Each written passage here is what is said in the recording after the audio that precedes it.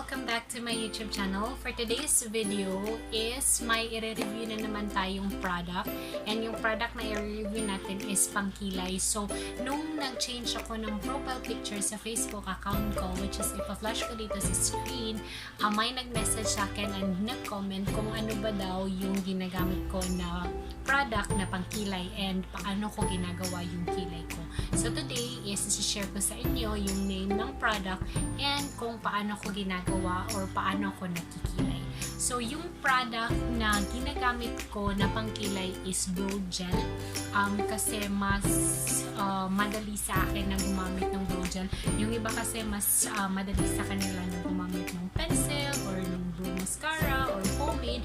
Mas master ko na gamitin yung brow gel kasi mas prefer ko na gumamit ng angle brush kasi na outline ko ng maganda yung kilay ko. So, yung product as well na ginagamit ko na Pangkilay is sikat na siya or maraming gumagamit ng brow gel na to kasi aside sa mura siya, sobrang pigmented niya and sobrang long lasting. So, yung product na to is itong Sales Lady or Sassy Lady in the shade number 2. Yung number 2 nila is yung dark brown. So, ito yung ginagamit ko na Pangkilay. So, most sa mga pictures ko, ito yung Pangkilay na ginagamit ko. So, ganito siya. Ito yung laman niya. Maliit lang siya. So, ganito. And then, may free siya na brushes, which is ito. Ang ginagamit ko palagi is itong angle brush. So, magsa-start na ako, guys. So, pag nagkikilay ako, kailangan mo lang talaga ng small amount ng product na to kasi sobrang pigmented niya. So, kailangan mo lang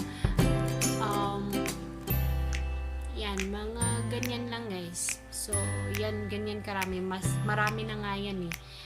So, pag nagkikilay ako, gagamit lang ako ng mirror, guys. So, first na ginagawa ko is nag-outline muna ako ng kilay ko. Once ma-outline ko na siya, guys, fill in ko na lang yung mga gaps ng kilay ko.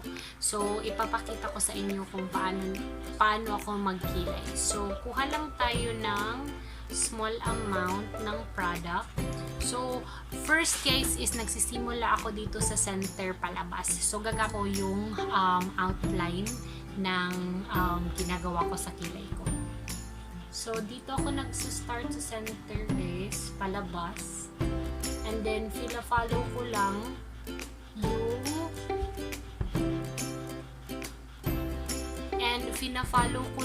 yung shape ng kilay ko. So, yan na guys. Once makapag-outline ako guys, finifill in ko lang yung mga gaps and linalagyan ko siya ng product.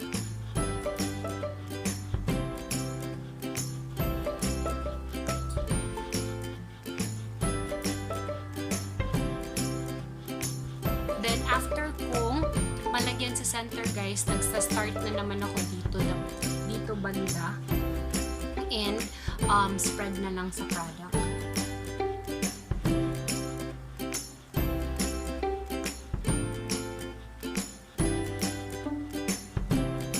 Guys, yan. So, yan guys. Ganyan yung pagkilay ko. So, fina-follow ko lang talaga yung shape ng kilay ko. So, gawin na natin yung sa kabila.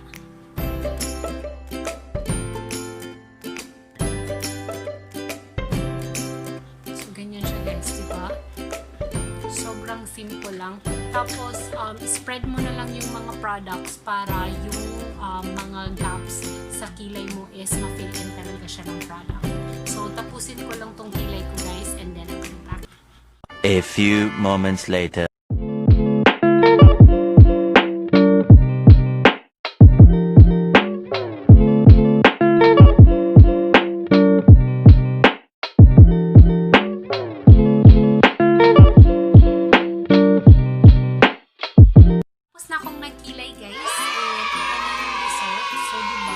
Sobrang simple lang niya. Ang ginagawa ko lang talaga is nag-outline ako, after kong mag-outline is fini-fill in ko yung mga gaps ng kilay ko. Sometimes gumagamit din ako ng spoolie para at least ma-spread talaga yung product sa kilay ko and malagyan talaga siya ng product. So, ito talaga yung holy grail ko na ginagamit ko sa pangkilay ko kasi sobrang ganda niya, sobrang mura. I think 120 peso lang to and sobrang matagal mo tong magagamit kasi kailangan mo lang ng small amount ng product. Kung as you can see, marami pang natira dito sa kamay ko.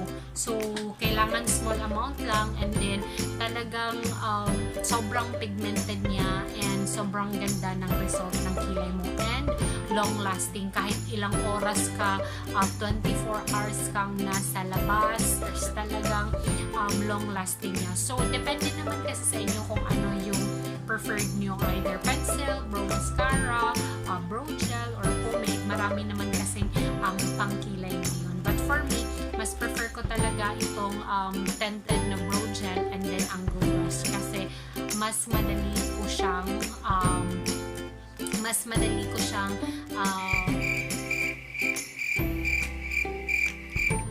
kasi mas madali kong nasi-shape yung kilay ko at nakukulayan yung kilay ko. So I hope guys na makatulong tong video na to. If you want to purchase as well itong Sales Lady na tinted brow gel, I'll just put the link below sa description box para ma-check nyo kung saan ko to nabili and then makapag-purchase din kayo. So thank you for watching guys!